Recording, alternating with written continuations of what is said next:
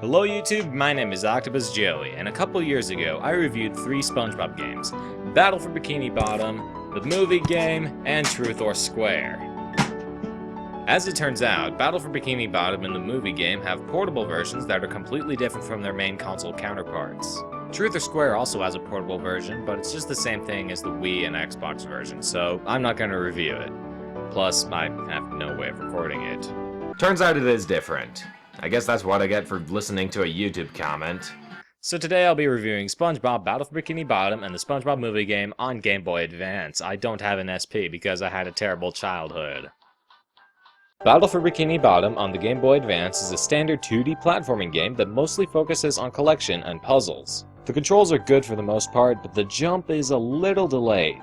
Not a huge problem though, since there isn't a lot of precise platforming. Your enemies in this game are robots. Why? Because Plankton made them, they rebelled, and now SpongeBob has to stop them. Your main attack is bubbles. Bubbles that make robots short circuit, and then you jump on them and go on your merry way. Oh. They respawn. No, that's fine. Why would I want the satisfaction of killing enemies in a video game anyway? As it turns out, they're used for puzzles, which I will talk about later. There are 20 Krabby Patties and 3 golden spatulas to collect in every level. If you collect all 20 Krabby Patties in a level, you get a chance at playing a bonus minigame where SpongeBob is either on his unicycle or in the invisible boatmobile. If you collect all 20 Krabby Patties in these minigames, you unlock the best thing you could possibly ask for in a game: a picture from the show. Great. As for the golden spatulas, there are 3 per level and you have to collect all of them.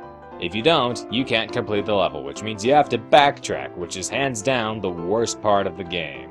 Oh, you have 2 golden spatulas? Well, go back to every part of every screen and find another one! Also, Mystery is in this game. She's basically Yoshi, but with a shorter tongue and a more awkward hitbox. She can eat robots and spit them out in different places, which can help you solve puzzles. And of course, like Yoshi, you can sacrifice her to get an extra jump boost. I knew I should have named her Debbie.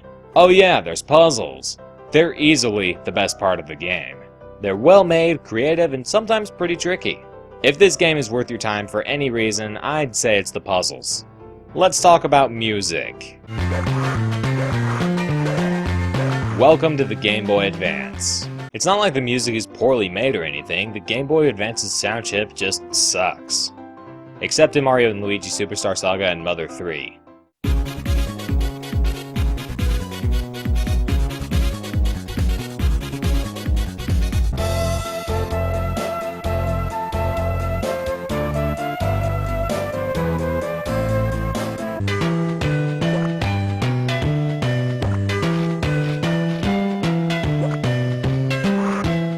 Now I'm going to talk about the bosses, so spoiler alert, skip to this time code if you're one of the 3 people who care. The first boss is a robot version of Sandy. It's a pretty simple fight. Just wait for her to jump in the middle, jump on her head, and repeat that 6 times. Not hard, but not bad for a first boss either. The second boss is Robot Patrick. All you do is walk to the right, jump on bomb robots, and wait for Patrick to run into all of them. Pretty weenie. Then there's Robot Squidward, who slams down his tentacles, no anime jokes please, and then you have to use Mystery to spit bomb robots in his face. Fairly easy, but not bad. The final boss has 2 phases. The first one is the Duplicatatron, the machine that makes all the robots, and the second one is Robot SpongeBob. The Duplicatatron is very similar to Squidward in that you just have to spit bombs at it. Pretty easy. The Robot SpongeBob fight is also very easy.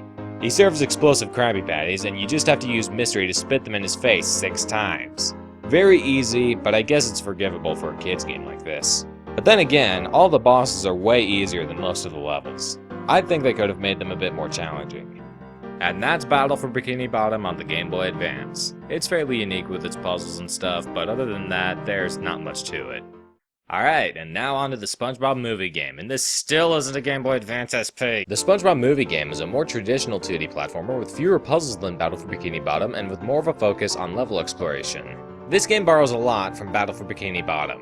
The music is reused and slightly remixed, the graphics are very similar, the controls are the same except thankfully the jump isn't delayed. It has a very similar overworld and gameplay style, and both games have a password system. But the password system in Battle for Bikini Bottom is short and non-complicated, but the one in the movie game is Welcome to Way Forward. How drunk are ya? How drunk am I? I made a password system this morning. Yeah, so? Without any letters. Right this way, sorry to keep you waiting. So instead of 4 letters, you have 6 pictures of some characters you can scroll through. Why? Because letters are too complicated. Combinations of fish, however, are very easy to remember. Really though, have fun writing out a random combination of SpongeBob characters when you want to stop playing. The music, again, sounds pretty bad since this isn't Mother and Luigi Superstar 3 again, and almost all of it is reused from Battle for Bikini Bottom. However, most of it is remixed in some way. This game does have some improvements over Battle for Bikini Bottom, such as the controls like I mentioned earlier, and more importantly, you're not required to collect a bunch of stuff, which means no more backtracking. The level design is fairly lacking. Not bad, but not great either. None of the levels feel unique except the driving stages and most of World 5. The driving stages, or running stages later in the game, are all pretty much the same. Just drive, move to the side, and jump over stuff without any sort of progression until the timer runs out. It's also pretty disorienting. Instead of seeing in front of you, you see the paddy wagon from the front and have to rely on these weird exclamation box things to know when an obstacle is about to appear. Imagine if real life driving was like that. Huh? What's that all about? This game is really easy, except for World 5. World 5 is easily the most unique world in the game. It has a dryness mechanic where you have to hit the fire alarm to activate the sprinkler so that SpongeBob and Patrick don't dry out. That part of the movie was so sad. This world is pretty hard. The time it takes to get from one fire switch to another doesn't leave you much time to goof around. Aside from this world, this game is way too easy, which I guess is to be expected from a licensed kids game like this. Spoiler alert if you care, and I already know you don't, but skip to this time code if you don't want to see the bosses. The bosses in this game are laughably easy, even more so than the ones in Battle for Bikini Bottom. I don't even need to go over all of them in detail because they're all the same. Jump on them a few times and they're dead. The final boss, however, has a second phase after you jump on him a few times. The Goofy Goober rock scene. Except this is what it's like in the movie, and this is what it's like in the game. Okay, so what you do is you press A, and then you're just like, strategy, and it's over. So are these games as good as their main console counterparts? No. Are they still good? Yeah, kinda. I'd say that both games have their flaws, but still show more quality control than the average licensed game. I'd also say that Battle for Bikini Bottom is more unique, but the Spongebob Movie Game is more polished. I consider Battle for Bikini Bottom the better game overall. So if you really like SpongeBob, really like platformers, and have a really boring life and nothing better to do, I'd recommend playing these. Otherwise, you're not missing much. My name is Octopus Joey. Bye.